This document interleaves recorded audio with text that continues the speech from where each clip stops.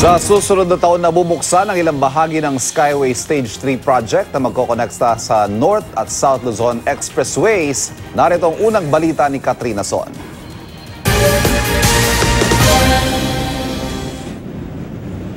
Ang Skyway Stage 3 project na magdudugtong sa SLEX at NLEX mula Buendia sa Makati hanggang sa Balintawak, Quezon City, 30% na raw natapos. Inaasahang makakatulong sa pagluwag ng traffic ang 14.82 kilometers elevated expressway na matatapos sa January 2018. About 55,000 vehicles a day ang expected traffic po dito sa Skyway Extension.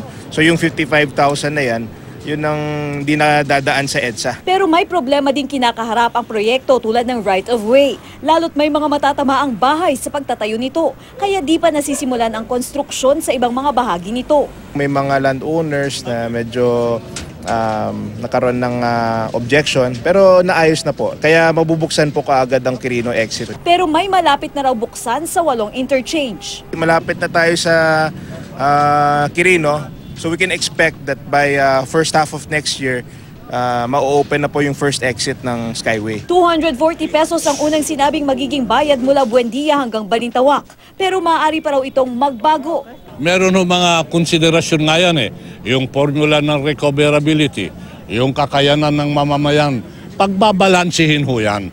Para sa unang balita, Katrina Son reporting.